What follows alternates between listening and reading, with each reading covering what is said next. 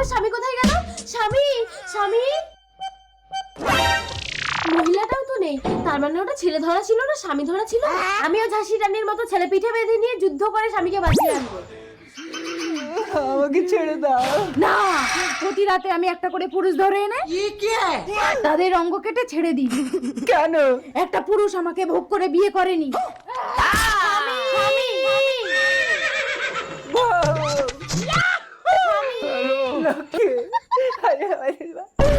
কেঁদো না স্বামী, গাছের ডাল আবার গজিয়ে যাবে।